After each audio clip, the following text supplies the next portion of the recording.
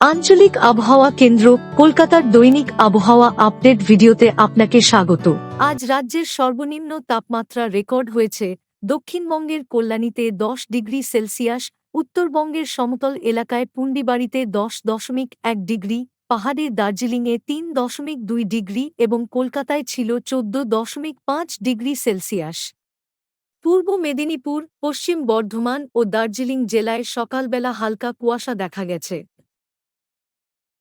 বর্তমানে রাজ্যের স্থলভাগ অংশে কোনো উল্লেখযোগ্য আবহাওয়াগত পরিস্থিতি নেই।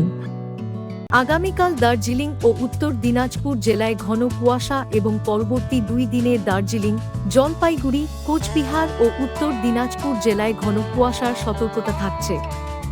বাকি দিনগুলিতে কোনো সতর্কতা নেই। আগামী 7 দিনে রাজ্যের সর্বত্র আবহাওয়া প্রধানত শুষ্ক থাকবে। আগামী 5 দিন উত্তরবঙ্গের জেলাগুলির 1-2টি স্থানে এবং আগামী 3 দিন দক্ষিণবঙ্গের জেলাগুলির 1-2টি স্থানে সকালের সময় হালকা থেকে মাঝারি কুয়াশার সম্ভাবনা রয়েছে। আগামী 7 দিনে পশ্চিমবঙ্গের জেলাগুলিতে রাত্রিকালীন তাপমাত্রায় উল্লেখযোগ্য কোনো পরিবর্তনের সম্ভাবনা নেই। আবহাওয়া সম্পর্কিত আরও আপডেটের জন্য আমাদের অফিসিয়াল ওয়েবসাইটটি অনুসরণ করুন।